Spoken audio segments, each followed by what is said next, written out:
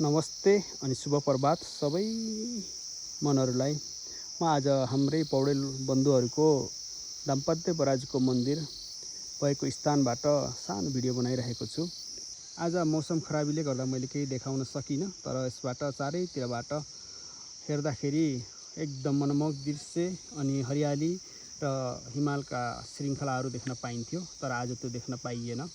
साथमा यहीँबाट माइक स्थानको मन्दिरको पनि दर्शन गर्ने र सबैभन्दा अग्लो चुराहारीकोटलाई पनि देखाउने अवसर मिल्थ्यो।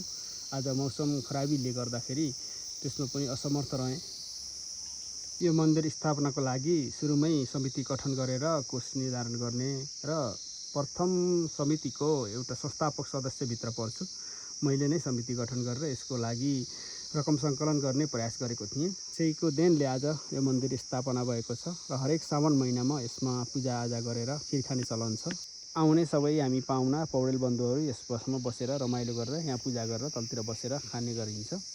आफैमा यो सौन्दर्य छ, हरियालीभित्रको यो मन्दिर आफ्नै अग्रसरतामा निर्माण गर्ने सुरुवाती गर्न पाउँदा म आफैमा पनि भाग्यमानी सम्झन्छु र हामी सबैलाई, हामी पौडेल बन्धु सबैलाई हाम्रा पितृदेवले सबैको रक्षा गरून् र सबैमा शान्ति छाओस्।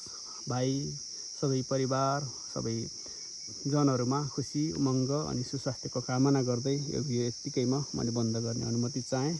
हस्त नमस्कार।